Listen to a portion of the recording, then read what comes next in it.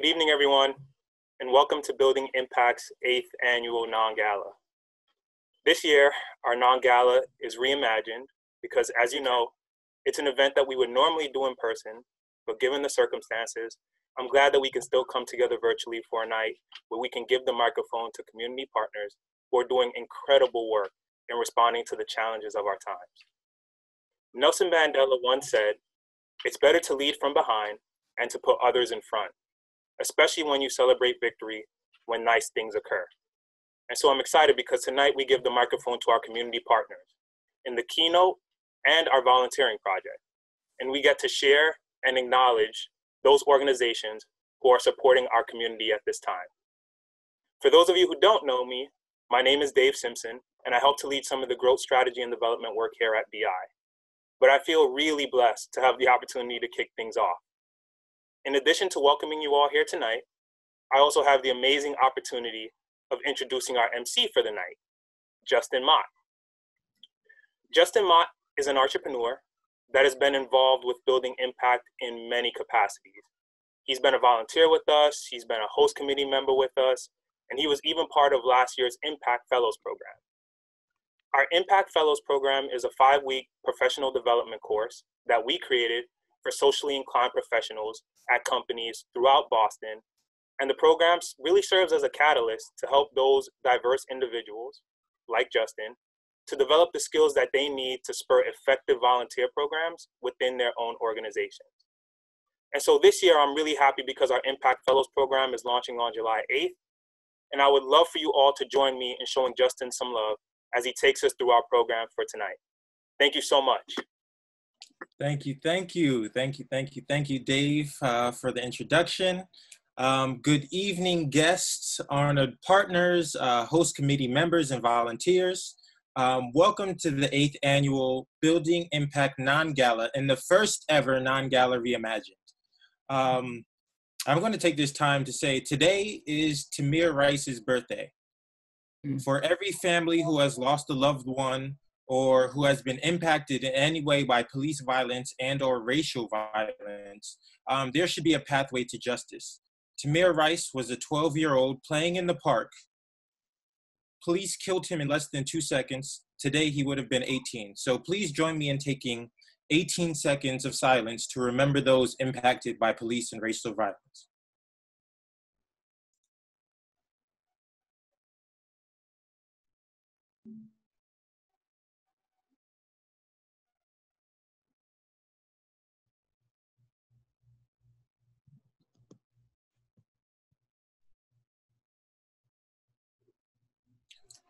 Thank you. So, everybody, my name is Justin Mott, and I will be your MC extraordinaire for the night, for the evening. While not a social impact entrepreneur, I have always found ways to build resilient companies that keep our community safe, secure, healthy, active, and engaged in conversation that leads to action. So, of course, being a part of the inaugural Impact Fellows program was an easy decision for me. As Dave mentioned and noted, the Impact Fellows program is a 5-week program spanning a diverse subset of industries and companies working together to build a better Boston. We explored ways to best support the organizations that we volunteer for and the stakeholders that benefit from our combined efforts. As a Building Impact Fellow, I am dedicated to refining my skills, refining my abilities to make a better impact. I, along with some of my peer Building Impact Fellows, have pledged to engage our clients, our organizations, and our companies so that we interact in meaningful ways of giving back to the community and to transform the way that volunteering gets done. So I know a few people aren't on video. It's not mandatory. Don't worry, you don't have to scramble to sit up in a chair. But if anybody's here, can I get a show of hands of people who have volunteered virtually during COVID? Or you can even comment in the section below as well. And also keep your hands raised if you know volunteering virtually was a thing pre-COVID. I did not. So please give it up for Building Impact and the team that has helped over 1,500 people, I believe, experience volunteering reimagined. This evening, like everything that Building Impact touches, is about celebrating the power of community that stems from corporate volunteering and community service. Tonight's theme, chosen for this evening, is opening doors. We will be opening our hearts, opening minds, and doors that help us connect and reflect, that help us listen to one another better, and that help us stand up for what's right.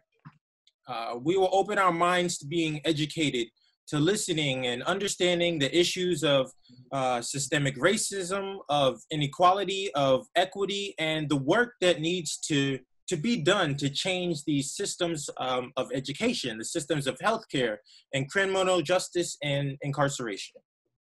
We will also be opening doors. Building Impact's network encompasses approximately 500 companies, give or take a few.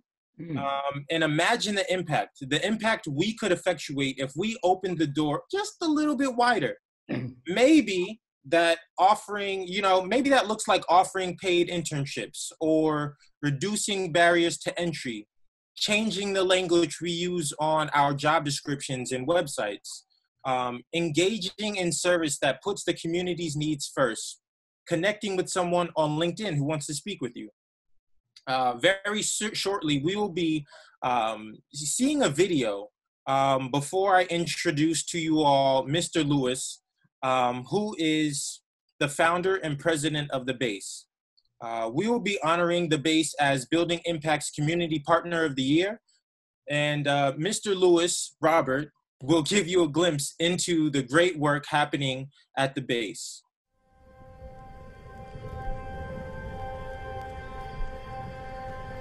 Dear America, when you look at me, what do you see? Do you see me for who I am, or just where I'm from? Can you see my dedication and commitment, my potential and talent?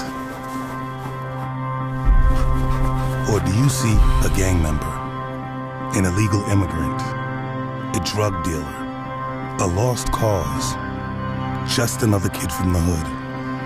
Statistics even say you might see me behind bars, but the truth is, the only bar I see is set high, higher than most, because it has to be. And I don't need charity or a handout to reach it. All I need is an opportunity, one that I can earn, one that allows me to discover my own potential, one that allows you to see me. All of my heart, talent, and desire. The desire to do better for myself, my family, and my community. The heart and talent needed to make it happen. America, it's time. It's time to change perception. It's time to change mindsets. It's time to open your eyes. Because you're overlooking a remarkable American resource. Me. Talent that's waiting to better our country with the amazing things we will accomplish. Talent that lies within the heart of every urban community. So America, when you look at me, do you know what you should see? Your future.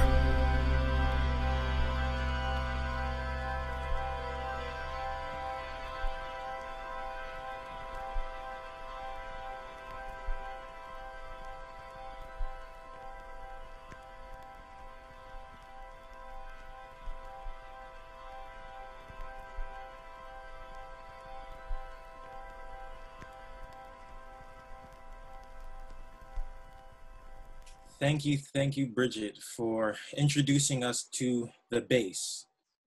Communities and businesses everywhere are feeling the impact of COVID-19. However, entrepreneurs of color and communities of color are disproportionately seeing the effects of this pandemic. Without giving away too much, all of us on this call have been indirectly impacted, and many of us directly impacted. In a few minutes, our incredible night will get even better. Can you believe that? Will get even better as we have an opportunity to hear from Robert Lewis Jr. as our keynote. I promise you, I'm almost done. Tonight, Robert will reflect on this moment in our city and in our country, on the importance of community and on the work we can and need to do together. Robert Lewis Jr. is a nationally recognized thought leader, public speaker, and passionate advocate for urban youth. And I also have to mention this, he's been profiled in 4 different books. Robert has a deep experience with grassroots community-based organizations throughout Greater Boston and government entities, colleges, sports franchises, and philanthropic organizations throughout the country. In 2013, Robert left his high-profile position at the Boston Foundation to pursue a lifelong dream to launch the base. From its partners to the organization itself, the base is changing the way we build impact. And without further ado, please join me in welcoming Robert Lewis Jr. Thank you.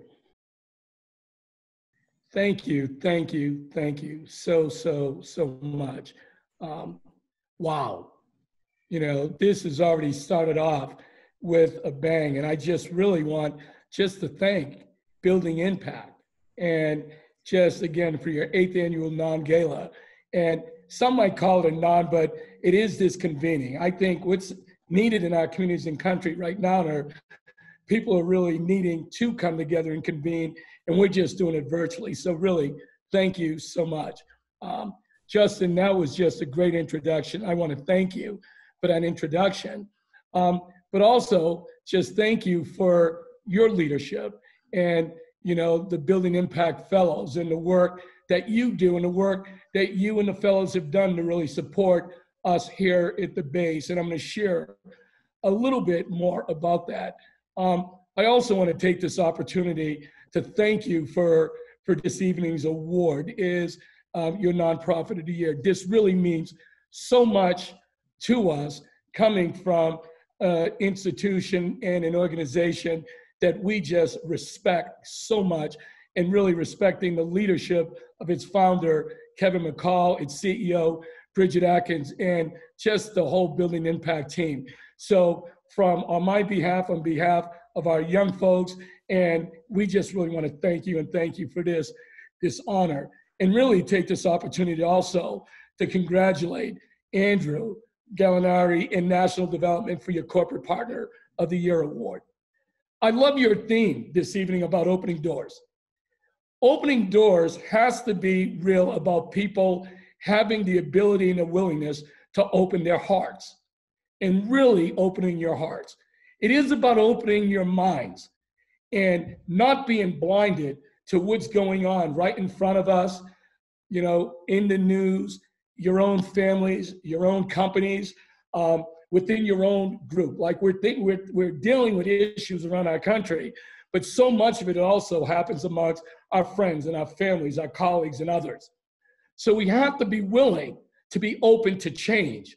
And partly that change is change of ourselves and change of those that are within our own network.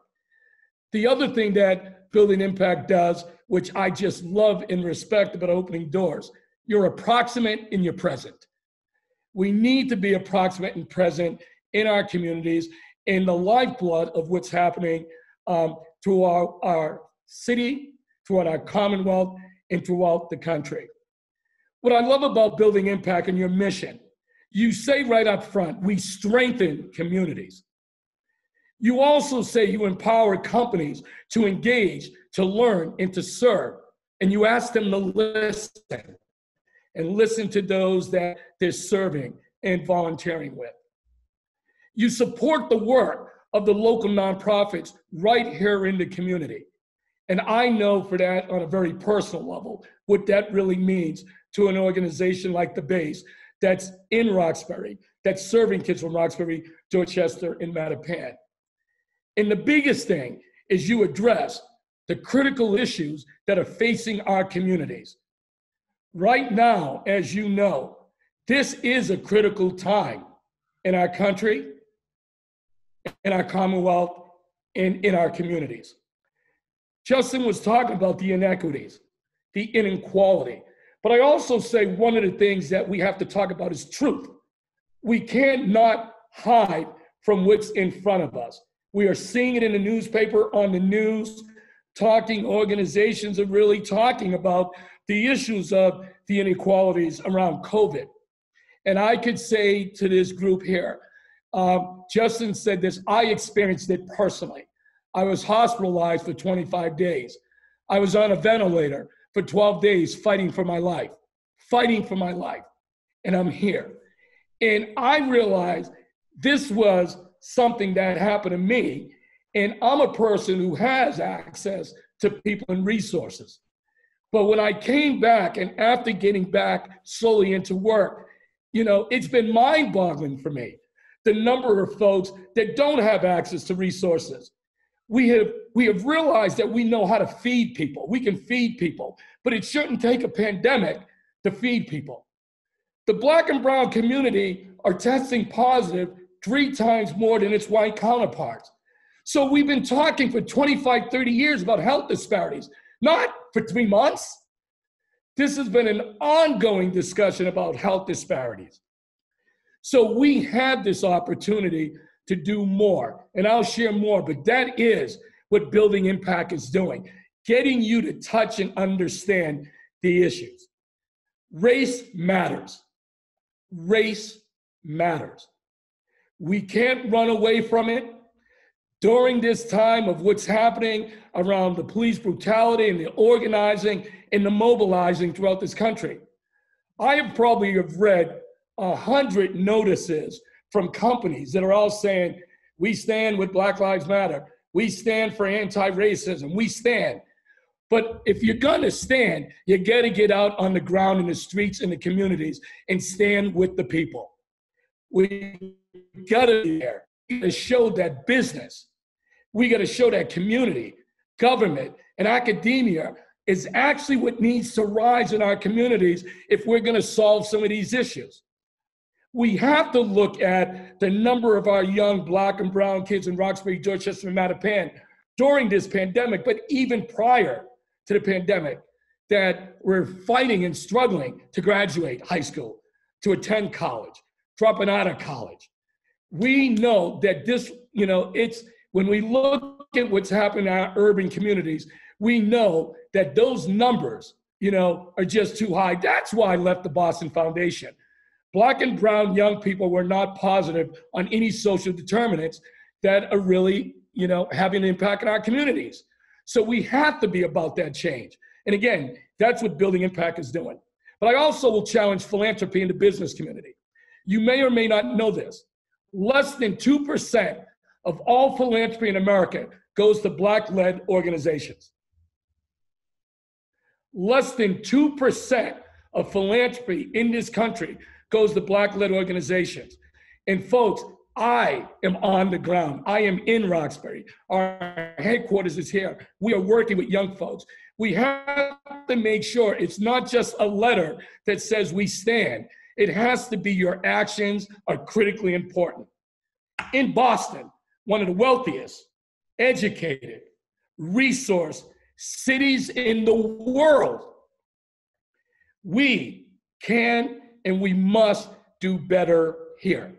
And because of you, your work, your service, your commitment, you're willing to stand up for what's right, we will get there.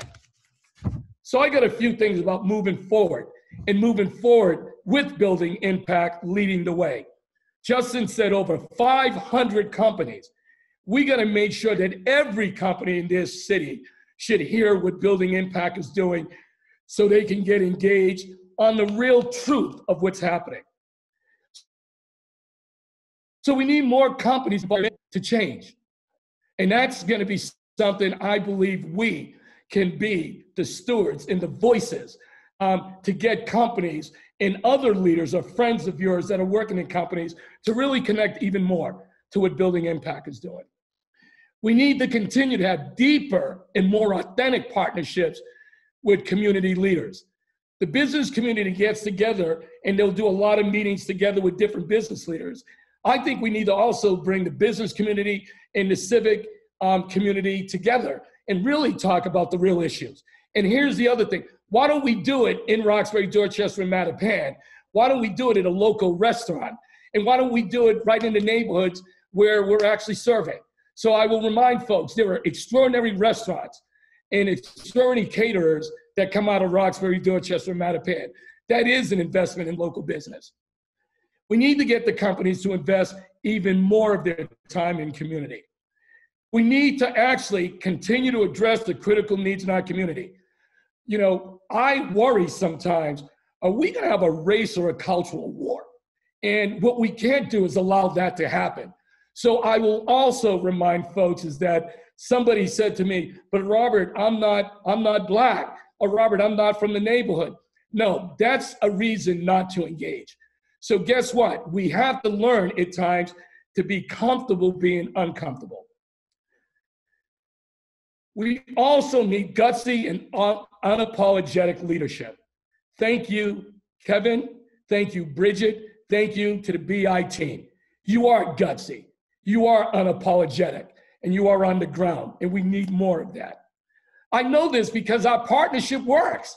The partnership between Building Impact and a base, it works.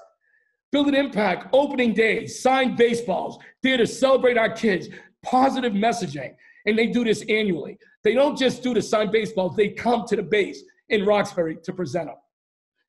The Building Impact Fellows, providing college and career sessions for our young folks.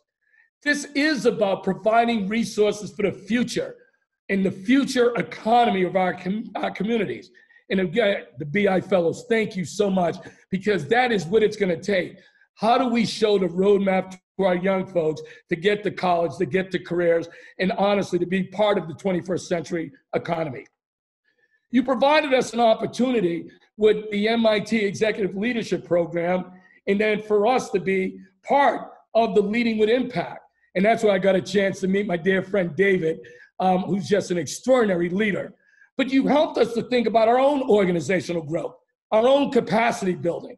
What is it that we needed to take? And Kevin and I have had the great fortune to speak to the MIT Executive Leadership Group, but that came through Building Impact. That provided a place for the base to be in front of some of our most distinguished business leaders around the world to really talk about real issues. But the thing that inspires me, that I know that works, is Building Impact shows up. They show up and they're constantly in our neighborhoods. We at the base exist because we have to change mindsets. We have to change mindsets so folks look at our young folks that urban talent is American talent. We have to shift the narrative. Our young folks are assets, not deficits. The only thing they're at risk of is success. And we have to see that and believe that. The base exists because we have to develop winners. Winners in life, winners on and off the field. And we have to create the new urban talent pipeline. That's why we exist. So we are opening the doors for our community together. And when we do that, we create a more just society. We are who we've been waiting for. Everybody on this Zoom. We are who we've been waiting for. What are we waiting for? So I want to thank you, Building Impact. Thank you for what you do.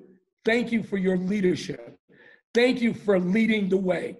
Thank you for being such a just organization. We are greater in this city because of you, but there's more work ahead. Thank you and enjoy the rest of the evening. Robert, thank you so much. That's amazing. I know we've got a lot of applause that's happening. I wish we could all hear it all at once. It means so much to us to have Robert join us on this evening. His very first week of speaking to a group. I think your very first night of speaking outside of your own ethos within the base. And to spend it with us means the world to us. I know when we sat down at Victoria's Diner in January to tell you that we were honoring the base, you said, no, not me, the base. I want to get the whole team. I want to get the youth out. And we hope that you will share this honor, and we know that you will, of being the Community Partner of the Year with your entire team, who've been incredible to work with. You've opened your doors to us. And it takes a lot because it requires building trust. And trust and truth go hand in hand, right? To understand that we're going to hear and be witnesses to the truth and to build that trust. And I just want to thank you for having trust in us, in working with you to really provide where there are opportunities to provide resources, where there's opportunities to open doors, where there's opportunities to be witness and listeners to your stories that are coming from the community, from the youth. And to be responders, as Justin talked about, to be responders to those sessions, the Zoom sessions we can now have of mentorship. So as a follow-on, I want to just let everybody know that in your thank you for this evening, you will have an opportunity to help us with a virtual drive we are doing to support the base. You have 55 graduates, as I understand, that just completed high school at the base. And we are doing a laptop drive for those that don't have access to we're bridging the digital divide here. Those who were relying upon computers provided by school as they go on and matriculate to college do not have the opportunity to take it with them.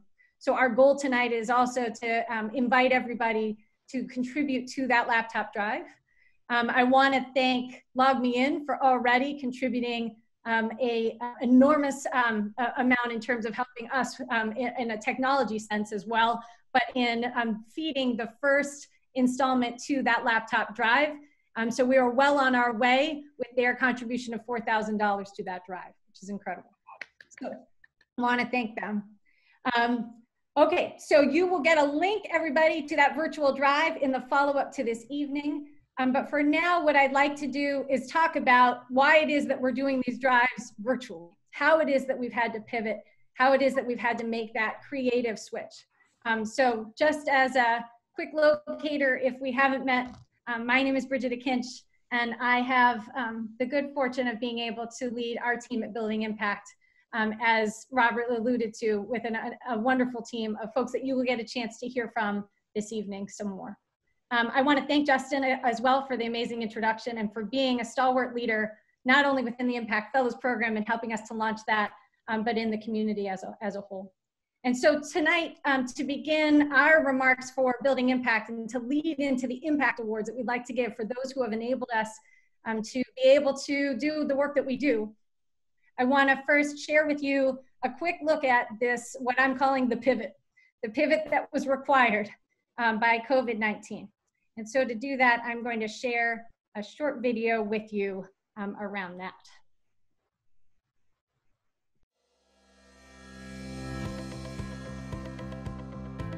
We started this year as we ended 2019 with a phenomenal group of corporate partners doing days of service and dedicated service activities with us in teams, working together. Until COVID-19 stopped in-person volunteering and required us to reimagine volunteering virtually. Every single one of us has faced a great challenge this year in adjusting to these uncertain times. But this crisis has disproportionately affected communities that were already facing hardship and are the ones that face the greatest challenge. They're on the precipice of a medical crisis, but all of them are suffering an economic crisis. So the day before the COVID crisis hit and the governor called a state of emergency, 70% of our families were working and their children were getting supports and services from the community. At the moment of the crisis, literally 2 days later, 50% of our families were working, and 5 days later, 0 were working. And their children now were at home. So family now had lost all of their income, and their children have lost diapers and the food that was provided to them from their daycare, their school, and their after-school programs. At Building Impact, we pivoted our model to engage our network in response to these pressing hardships in our community. We co-designed each of our virtual volunteering projects to meet urgency of need, new delivery protocol, and safety of all. Our nonprofit leaders told us that they needed to radically transform their operations in order to be able to continue to keep their constituents safe and achieve their mission. We designed phone trees to help reach isolated seniors, new online assembly for assembling hygiene kits, and simple ways to deliver groceries to local families who live in food deserts or without a permanent address. This pandemic has brought many changes. However, we still meet local needs, bring teams together, and continue to measure outcomes. We are deeply grateful for the 1,600 volunteers who so far have come out to help us, the many corporations and our commercial real estate partners who have been doing matching programs and other outreach programs to build a community to support our community. This has been a part of our Stay In, Reach Out campaign, and we will continue to reimagine volunteering to support the community need. We heard the need from our volunteers as well, that they wanted to feel more connected, not only to the community and the cause, but to one another. We designed ways of bringing people together in live virtual events. Our network responded.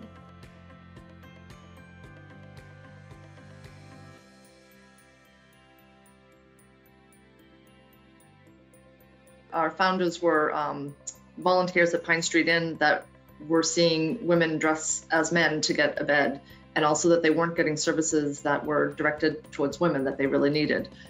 So one of the things that we always have provided at Women's Lunch Place is, personal care products. And so your team put together these amazing toiletry bags. They are really life-affirming to our ladies.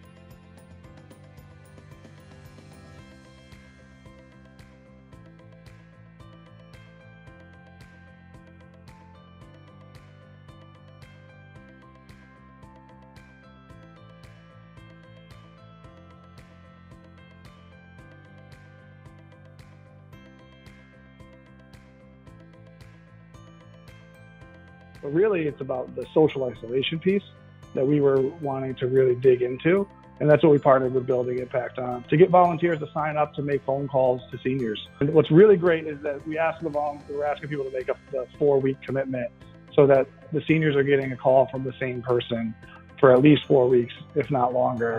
And one example of that was a family that we got connected to, a woman whose husband had just recently passed earlier in 2020. And when we called, she said, God sent you. She's like, I didn't know what I was going to do effective tomorrow. And we were able to get her set up with food deliveries.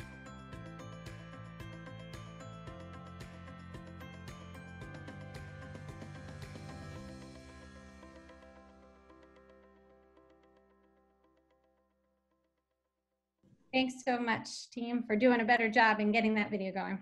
All right, so now without further ado, I would like to have the opportunity to share our Impact Awards from 2019. For each of the recipients of our Impact Awards, they know that they had received acknowledgement earlier this year when we were due to have an occasion to see each other in April.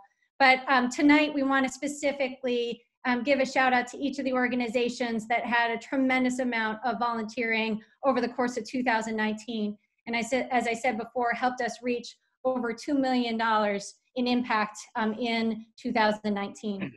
In terms of tonight's categories, we basically have 3 levels of Impact Awards: a silver, gold, and a brand new level of service leader, based upon the tremendous amount of volunteering that each of these organizations has done.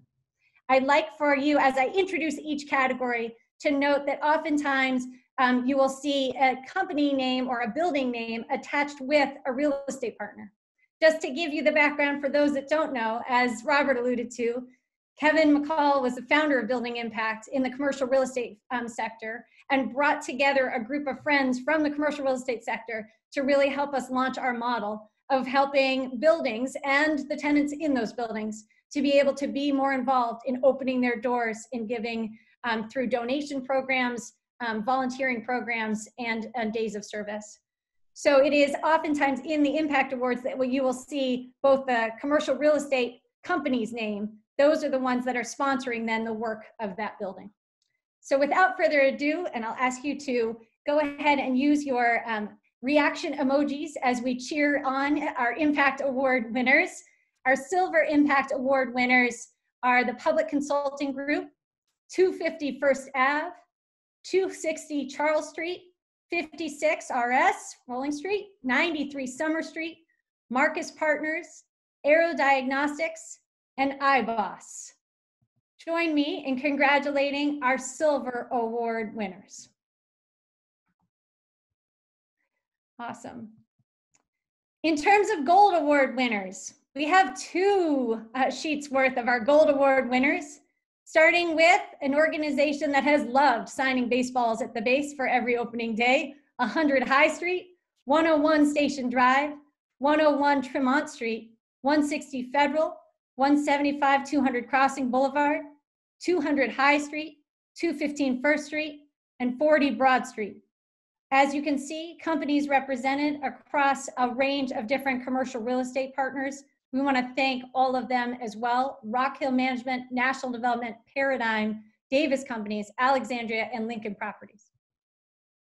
Congratulations to this group of Gold Award winners. Our next Gold Award winners continue with 699 Boylston Street, 99 Summer Street, The Bricks at Fort Point, Bullfinch Headquarters, National Development Communities, the Crosby Center, Middlesex Green, and the Osborne Triangle in Kendall Square. Please join me in congratulating these Gold Award winners as well. Next, we have the Gold Award winners on our final category at Riverworks, the Center at Corporate Drive, Inmar Intelligence, Salesforce, Skanska, ACIS, Cirilli Associates, Endurance, and Weber Shandwick.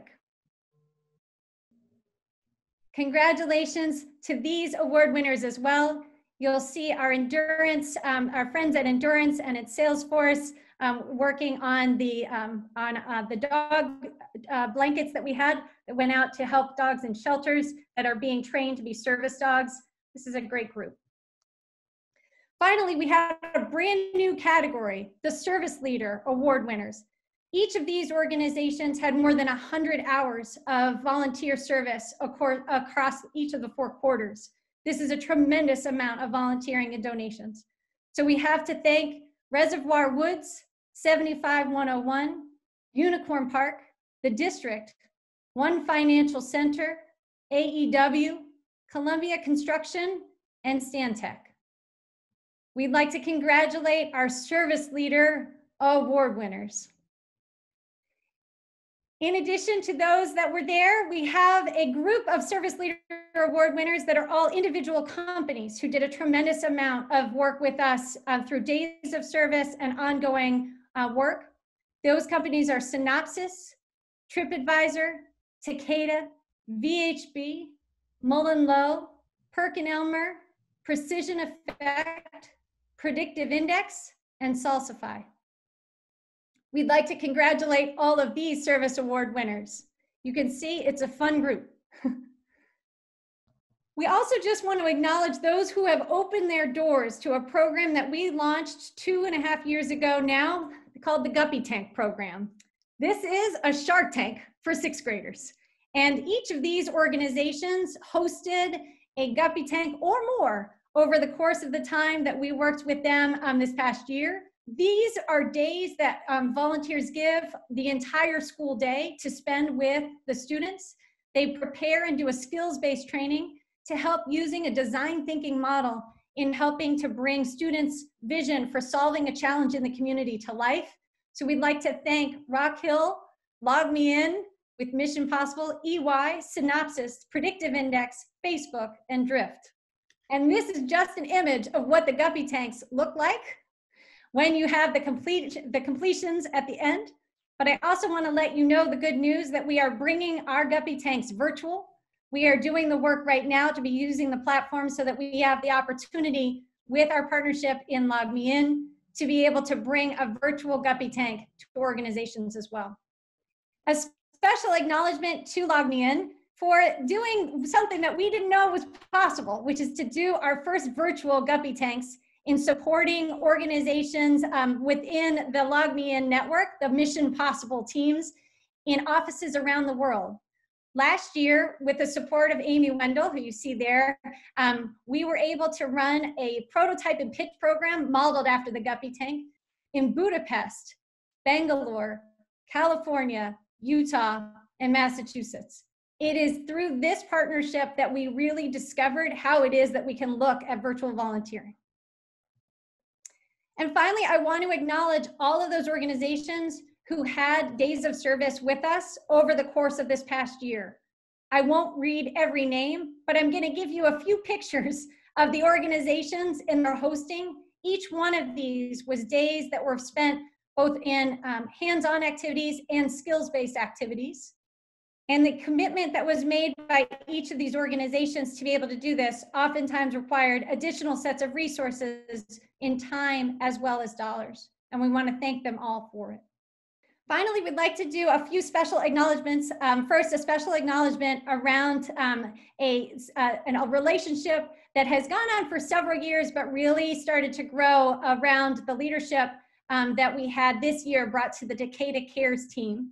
So Cheryl and Chris and Connie, if you're on the line, we want to give a special acknowledgement to all of you for spearheading Building Impact's largest day of service with 1,700 unique opportunities of service. That has pivoted into a virtual model for ongoing volunteering with Takeda's support. And we want to thank them for that partnership. So volunteering is now reimagined as we talk about it. We bring people together and have our volunteering opportunities, and you all will have an opportunity to participate in that virtual volunteering in just a few minutes on a project that we have designed with an organization, Fathers Uplift. We want to thank you for supporting our work. We would not be building impact without you. As Justin had said, there is a tremendous amount that we can begin to think about. And I wanted to just pause with a final reflection on some of the questions that we're asking ourselves and that we're really encouraged are being asked with our companies and our CRE partners. We're asking ourselves, are we doing all that we can to activate our network to support our community at this time? Are we doing all that we can along with service to giving teams and employees a safe space to talk about current events in our community and our country? To be witness, as Robert said, to the truth? Are we able to reallocate money from in-person events and travel to support community organizations whose needs have grown tremendously at this time? And can we make commitments that will build lasting support, systemic change, and to be able to think about this in the context of strengthening community, not simply giving back? We have t-shirts for this that we say, don't just give back, build impact. And it is in this campaign of stay in and reach out through all of your support that we are able to do this. We are particularly amazed by the companies that have come to us telling us that they are thinking about differently because of their volunteering experiences, thinking differently about what qualifies a person for an internship or a starting position in their companies, whether or not perhaps that four-year college degree is restricting the diversity of talent and experience in the applicant pool. We are being guided by leaders who are thinking about representation and diversity among their leadership teams, their boards, and their community work. We are particularly moved when sessions that we have in virtual and volunteering surface conversations like, can we decriminalize human pain and suffering? Wouldn't it be better to think about the delivery of compassion, not punishment, for poverty? Can we offer treatment for addiction, not jail? Can we treat mental illness with therapy, not barriers?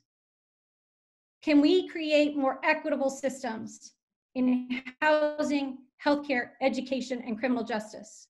And can we create a society, one by one, where young people's opportunities, like those at the base, are more determined by their intelligence and their work ethic than by their zip code, their parents' bank account, or the color of their skin? These are the questions that we are facing, that we are hearing, and that we are so immersed in. And we're so grateful for your support in being able to create spaces for these conversations and spaces for these projects. With that, I would like to invite my colleague, Elsa Gomes-Banlo, who has been a tremendous addition to our team in 2020. She joined at the beginning of 2020, having no idea what was in store. And we want to thank her for helping us to bring sponsors to this event to be able to make this possible, and also for helping us to create a COVID Innovation Design Fund that will help us in designing new projects that will respond to the evolving needs. So Elsa, I turn it to you. Thank you so much, Bridget, and good night, everyone. And thank you so much for all the support that you all have given us to do the work that we do. It is only with your collective support that we can do the work that we do. I would like to also give a special thank you to our sponsor, Takeda, for being the first one to jump in and give us the highest level of support of special innovation sponsor. Thank you so much. And also I'd like to thank our founding partners, those that started with BI from the beginning, for their continuous annual support to the Impact Fellows Program. Bullfinch, Davis Properties, National Development, Paradigm Properties, and Rock Hill. Thank you so much, and a round of applause to them. And if you're a part of their team, you can just, with your reactions, put a thumbs up so we know that you're there. And if you have supported so far, great, thank you. If you have not had the chance to support us yet, as Bridget mentioned, we started a COVID-19 Innovation Fund to help us operationally continue to innovate the programming and moving us forward, adapting to the new circumstances, adapting our activities and our offerings to make sure that we are at the cutting edge of what organizations need and what the environment needs, since we are still in a changing environment every day. So this fund, like this event, supports our development and our new and innovative programming to meet the unprecedented growing needs of our community. So I invite you to, if you haven't had a chance yet, to contribute to our fund after this event. And thank you so much for being with us tonight. Thanks, Elsa. So without further ado, I'd now like to specifically thank National Development, our corporate honoree for this evening. National Development has been a part of Building Impact from the very beginning. And Andrew Gallinero, who is the managing partner at National Development, who has spearheaded this work, sat down with us a year ago and said, how can we be doing more? Adding to their repertoire already of the building offerings that they have for all of the tenants. They said, we want to encourage folks within our offices to be able to host events like the Guppy Tank and Days of Service. We want to do that by modeling it. So National Development planned their Days of Service with their communities and with the National Development team, going to places like community servings. And they have also stepped up now that we are doing virtual volunteering, in doing virtual volunteering projects across not only their communities, but their commercial properties. When we talked about the Summer Hunger Fund the Summer Hunger Program that we are doing with a virtual donation program, National Development created a matching program, not only for their employees, but for all of their tenants. Their clients have a matching of up to $10,000 thanks to National Development for fighting summer hunger through the Summer Hunger Drive. This is just an example of the kind of outreach and support that the National Development team is doing to help to continue to be involved in community at this time.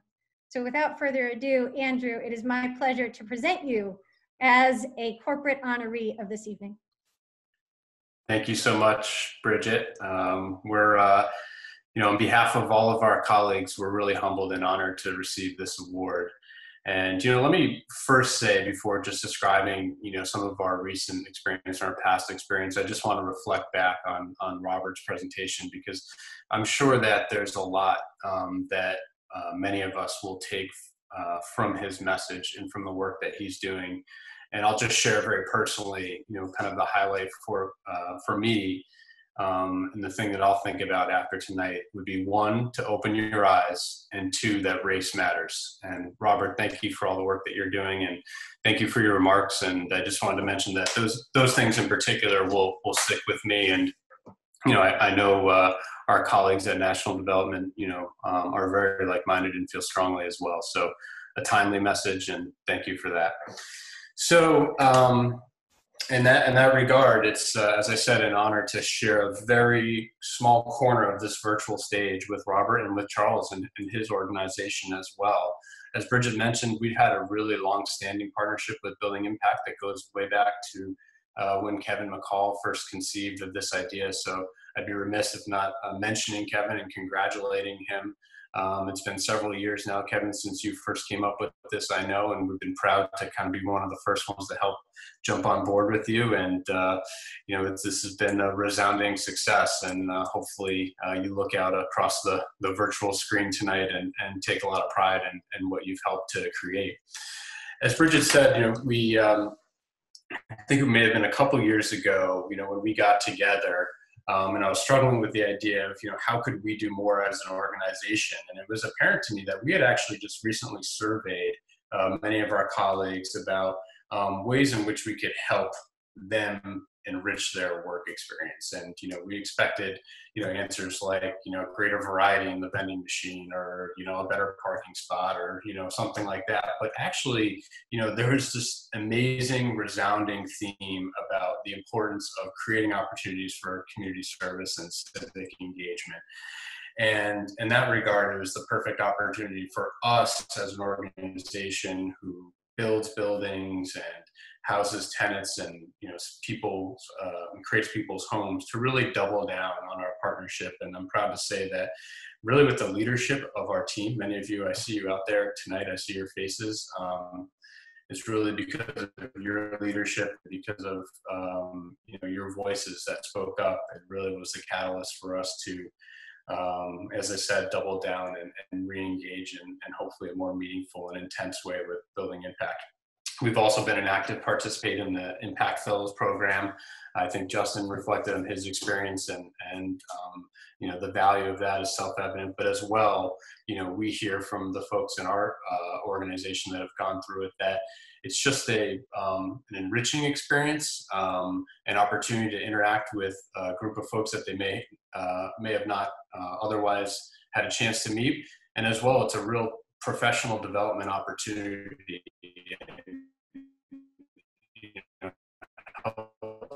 People find their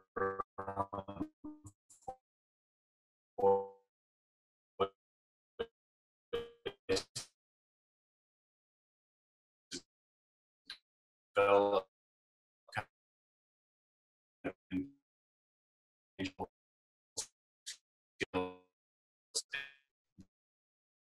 back.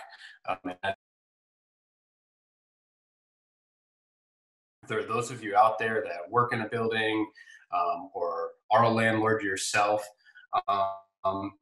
your network is really powerful. And within our own network last year, we were able to facilitate 2,000 volunteer hours, which combined with donations of goods and dollars, aggregated up to $150,000 worth of giving back to the community. I've already challenged our team to do even better in 2020, in spite of the challenges we have now. And I would just implore all of you, again, if you work for a company or if you work in a building, really don't underestimate the impact that you can have by leveraging your relationships in these different communities. It can be quite powerful, and it's something I'm looking forward to, again, continue to challenge our team to do. So as a company, I would say one of our most important values is just being a really engaged partner in the communities within which we operate.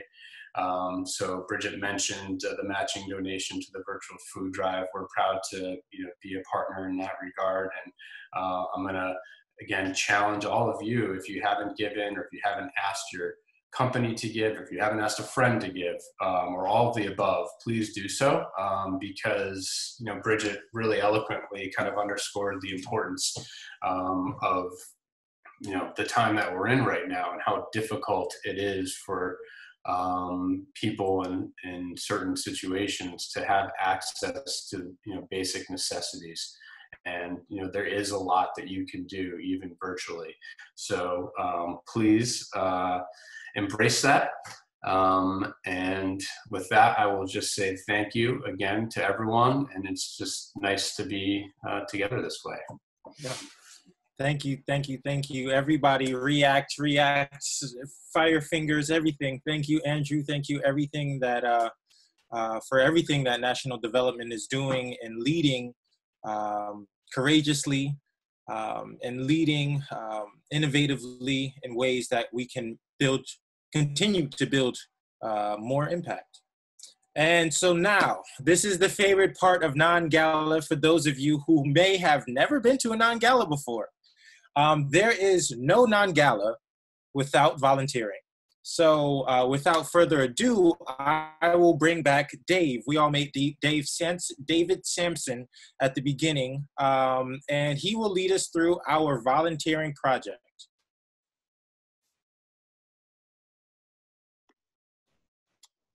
Hello, everyone. Before I go into our virtual volunteering project for the night, what I actually want to do is introduce Charles, who is the CEO of Fathers Uplift.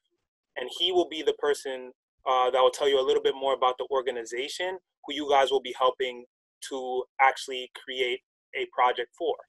And so with that, I just want to hand it off to him to give you a little bit of background about the kind of work that they do, the population that they serve, and why the need is so high for you guys to complete a project like this during this season.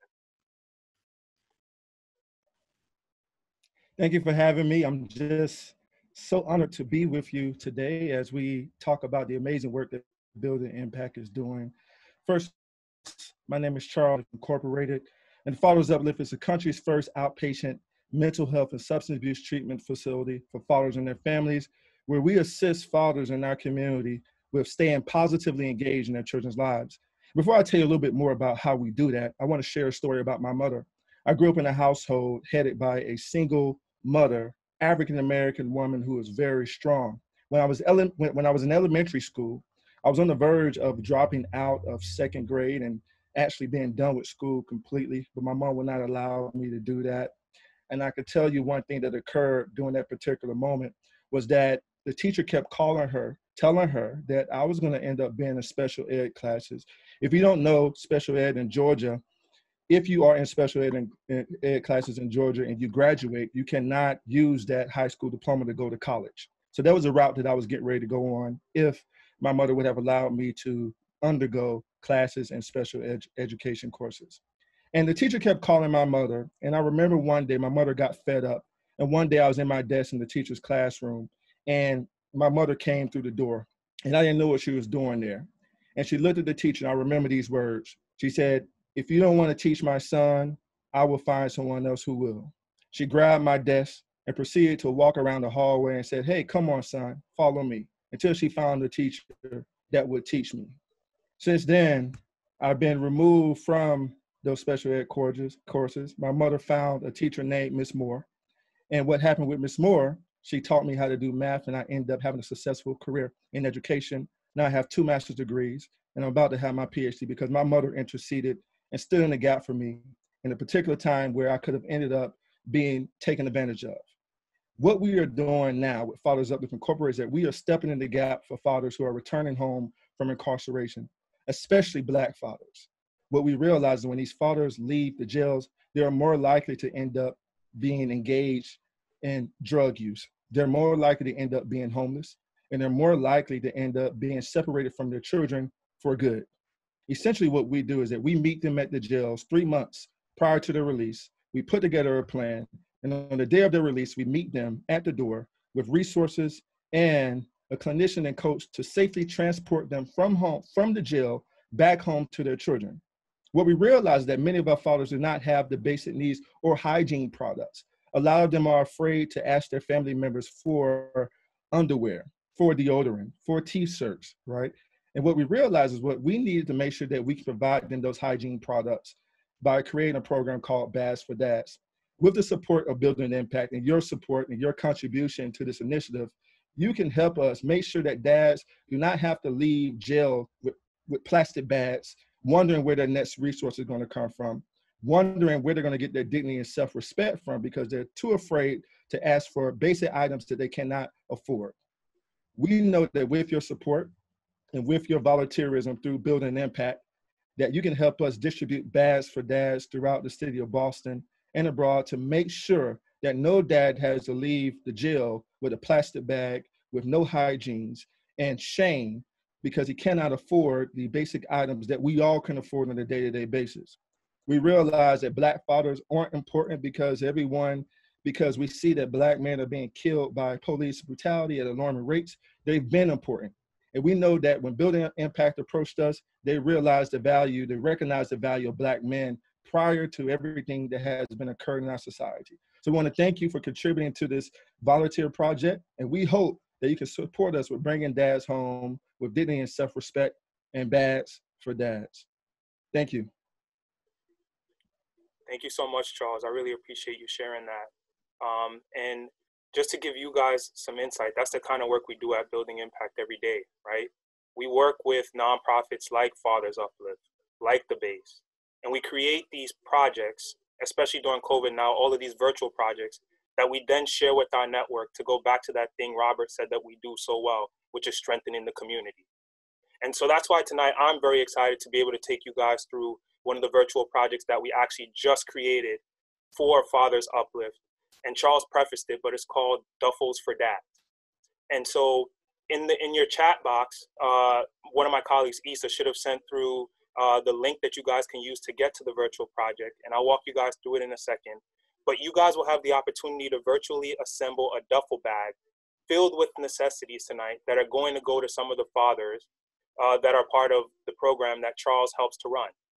We can kind of see through the way that he talks about the work that he does, why he was an Obama Foundation Fellow in 2019, for the kind of mental health work that he does with some of the fathers that come through his organization.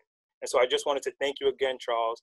And I just wanted to make sure that you guys know all the kind of seamless work that we do in the backdrops to just try and make sure that we can really uplift the community at a time like this.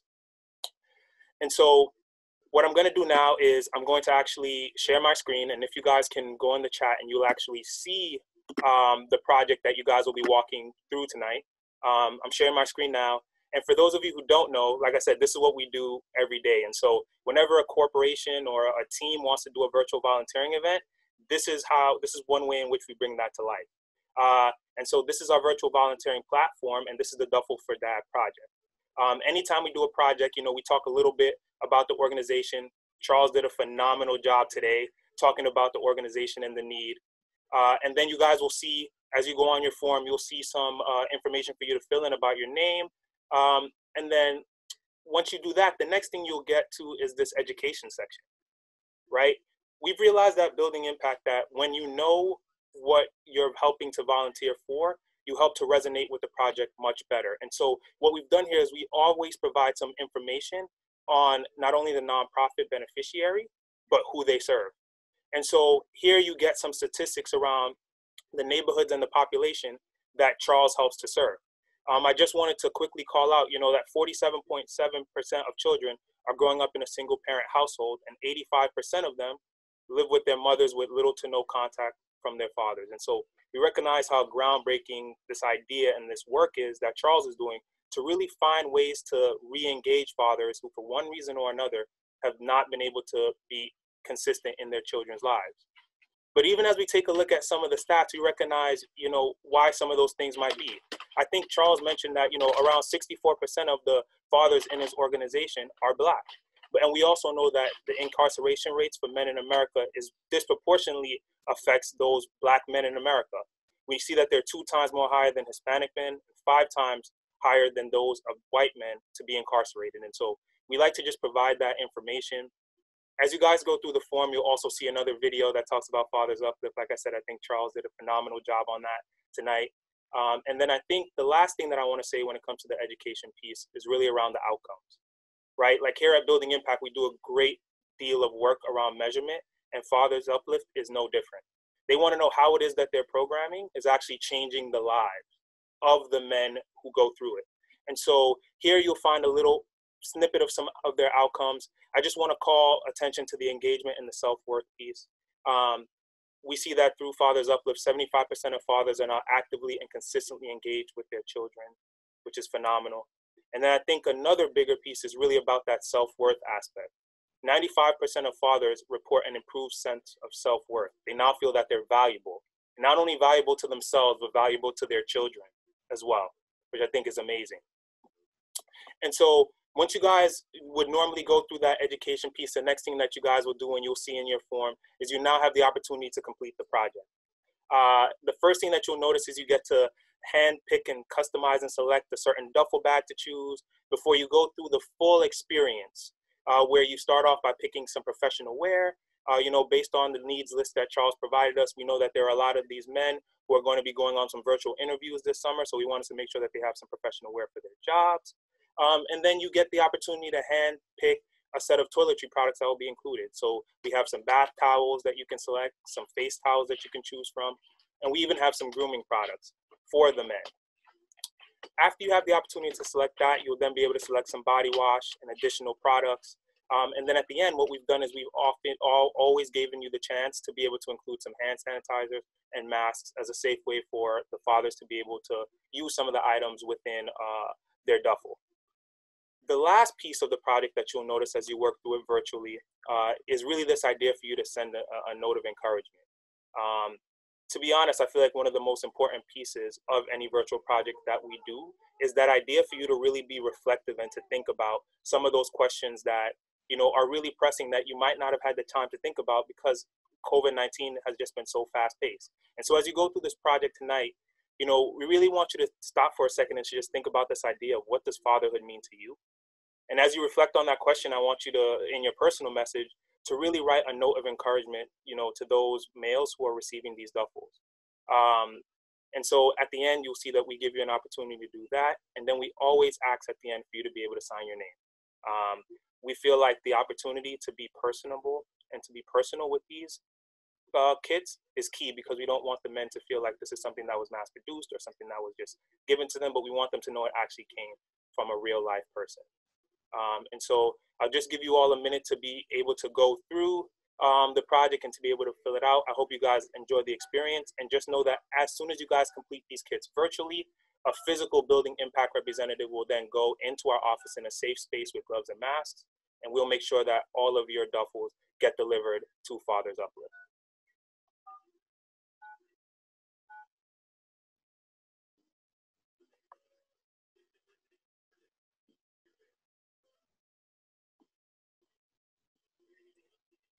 Awesome. Thank you so much, Dave. So as you all are finishing and completing your volunteering project tonight, please know that it'll be live all the way through. So if you have the opportunity to look at it and spend a little bit more time with it over the evening, we will absolutely keep the project as open and ready so that you can submit it over the course of the evening and even tomorrow. So we want to make sure that we get as many duffels that are built out and delivered. And I want to just quickly mention as well, because Charles is too humble, that Charles's nation-leading model was also recognized last year by the Obama Foundation, who designated him as an Obama Foundation Fellow for the leadership he is bringing in this nationwide model. So I want to just give a congratulations and a thank you to Charles for joining us this evening and for helping us to have impact in this way. So without further ado, we want to hand the mic now over to Kevin McCall, who, as you heard, has been instrumental in starting Building Impact 17 years ago. And no Nongala would be complete without a set of words from Kevin. And as I hand it to Kevin, I want to thank our entire board for your support this evening. There are projects that we have designed: the Impact Fellows Program with Tim James, the model of skills-based volunteering with Hannah Wilson, our Impact Fellows curriculum design, which is modeled after a program we developed at TripAdvisor with Trip Gives with Tali Galan. So I want to thank all of our board members for your support and the innovative programming that we've developed. And particularly now, Kevin, to you. Thank you, Bridget, and good evening, everyone. It's great to have you all together here virtually. I am among the more technologically challenged of the group, I think, and so sorry I'm not with you by video camera. I don't know what happened there, but been working all day, but just didn't work tonight. And frankly, as wonderful as this is, I hope we can do it in person next year, because our first 7 non-galas were an awful lot of fun, and this is great. And thank you all for hanging in through all of this. Next year we'll do it. We'll do it again, and maybe we'll be doing it in person. A few thank yous before we wrap up the evening. First, to my good friend Robert Lewis Jr. You continue to be an inspiration to all of us, locally and nationally. Thank you for your insights and your compelling call to action. Thank you for exposing the country to our deep vein of urban talent. You are speaking for urban talent, and your voice is being heard. Charles Daniel, thank you for the innovative work you and Father's Uplift team are doing in the community.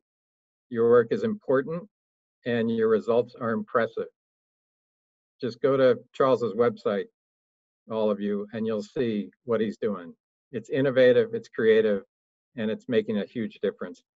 And Charles's organization is the kind of organization that should be getting resources that even in tight budgets, we are moving from one place in the budget to a different place. And Father's Uplift is the kind of place that should be getting that incremental money. We at Building Impact look forward to continuing our partnerships together with both the base and Father's Uplift. To Andrew Gallinaro in National Development, you've been with BI from the beginning. It's a great story that I've told a number of people, but you guys have been there for us all the way, and we appreciate the amount of community involvement that you've stimulated from your tenants over the years. Andrew, thank you for that, as well as the challenge that you've set out for your tenants and for us tonight. You're a great partner in this work. To our Impact Award winners, thank you for your efforts over the past year and tonight. We look forward to engaging with you in the future toward our shared vision of a more just community. To John Caldwell, my partner at Paradigm, and to all of my Paradigm team members, vendors, and contractors, thanks for your continued support of Building Impact over the years. To the BI team, of course, which has embraced the challenge of continuing the work during difficult times. As we've heard in the past 60 days, you've done the classic operational pivot that Bridget described, and you've pulled off an extraordinary amount of community support and collaboration with our local nonprofit partners. I just continue to be amazed at how much you get done. And finally, to our board of directors and to all of you who have joined us tonight, we're grateful for your support of Building Impact and our community partners. The annual BI Non-Gala is a celebration of community engagement and also a fundraiser for BI. With your support of the event, you give BI the resources necessary for our programs like the COVID-19 Innovation Fund, which has enabled BI to make that operational pivot that Bridget and I have referred to. In addition, your support of the Impact, you support the Impact Fellows program, through which future leaders of the city connect and dialogue and learn how to engage in the community. Very much like my experience in the Lead Boston program that led to my friendship with Robert Lewis over 25 years ago. So thank you all again for that support. As the events of the past 90 days have exposed, we have a way to go before we have true equity and justice in our community and in our country. We've known that for too long a time, but the combination of the COVID pandemic and racial unrest has torn the cover off this history book and focused the country like no other time in my life. Let's not lose that energy for change. Dr. King used to say that the arc of the moral universe is long, but it bends toward justice. And President Obama's Attorney General, Eric Holder, was fond of adding that it only bends toward justice because people pull it towards justice, compelling us to be active participants rather than passive bystanders. Thank you all for being active participants and not passive bystanders. Over to you, Bridget. Thank you, Kevin. So I want to just wrap this evening by saying thank you. Thank you for bearing with our technology. It's particularly my limitations. As you can see, this virtual volunteering is something that clearly the members of our team, who are much more tech savvy than me, had the skills to be able to pull off. I want to thank all of our partners who have made tonight possible. I want to say a special thanks to Justin Mott for being our MC for this evening and for inviting us to think more critically. And I want to actually thank him as a member of the host committee as well. One of the things that our host committee wrestled with over many months as we shifted our plans around this non-gala was just how it was that we could really truly reflect a non-gala experience in a virtual light. And what it is that you all have helped us to create is something very, very special. We thank you for your support. We thank you for extending our reach through this work. So to Justin and the entire host committee, thank you very, very much. Our team, as a team, has really wrestled over the course of the last several weeks with these double compounding impacts of not only what we see from the result of COVID-19, but what we see from the racial injustice that is in our community. I have learned so much from our team through the dialogues that we have had, the thoughtful and heartfelt conversations, and the work that we do to try to reach out to organizations who are leading racial justice and social justice in our community, like Charles and like Robert. I want to thank them for their commitment. And tonight, as a collective community, I want to ask you to pause for a moment. This presentation that we're going to share with you was created by the Boston Children's Chorus. For those of you who were at the non-galas prior, you have gotten the chance to see them perform live. They are here with us tonight, sharing with us a tribute to those who have been victims of racial violence in our country. We are not going to have a final thank you, but rather a final reflection this evening. And so I ask you to tune in and listen in and look forward to following up with you soon. Thank you all.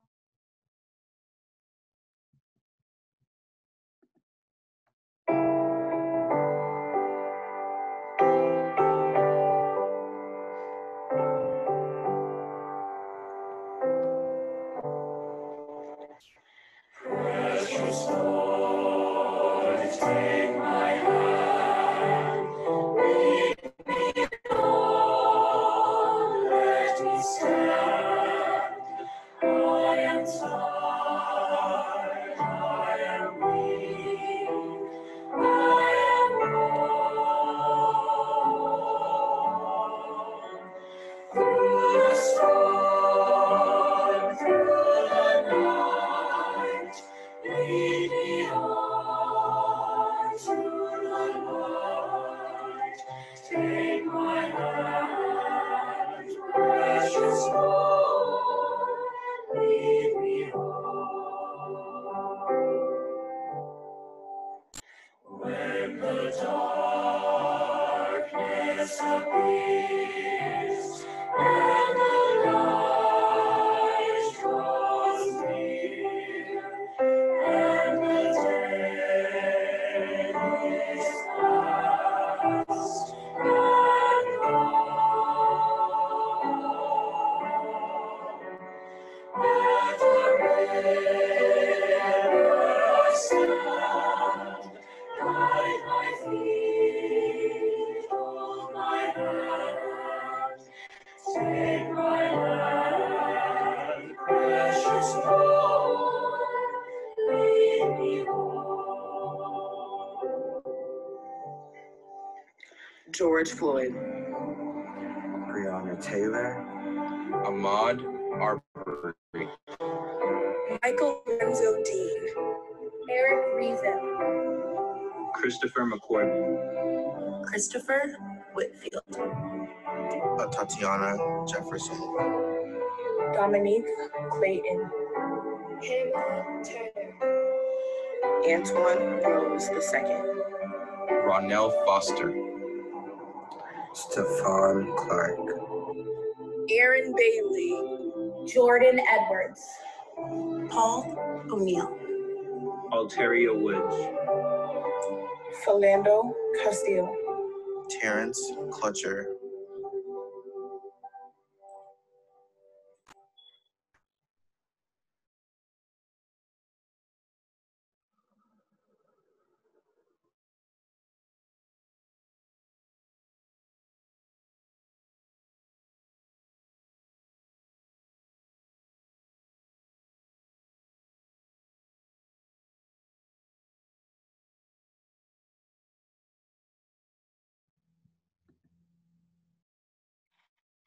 Thank you all very much and have a good night.